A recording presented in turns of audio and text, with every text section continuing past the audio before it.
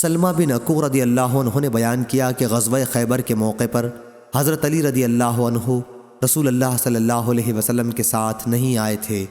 ان کی آنکھوں میں تکلیف تھی۔ پھر انہوں نے کہا کہ کیا میں رسول اللہ صلی اللہ علیہ وسلم کے ساتھ جہاد میں شریک نہ ہوں گا؟ چنانچہ وہ نکلے اور آن حضرت سے جا ملے۔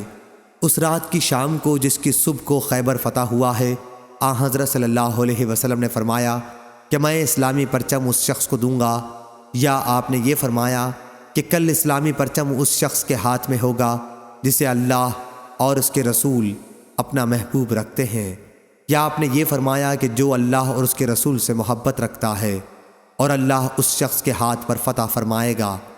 پھر حضرت علی رضی اللہ عنہ بھی آ گئے، حالانکہ ان کی آنے کی ہمیں کوئی امید نہ تھی، کیونکہ وہ آشوب چشم میں مبتلا تھے۔ لوگوں نے کہا کہ یہ علی رضی اللہ عنہ بھی آ گئے، اور آپ صلی اللہ علیہ وسلم نے جھنڈا انہی کو دیا اور اللہ نے انہی کے ہاتھ پر فتح فرمائی۔ صحیح بخاری حدیث نمبر 2975۔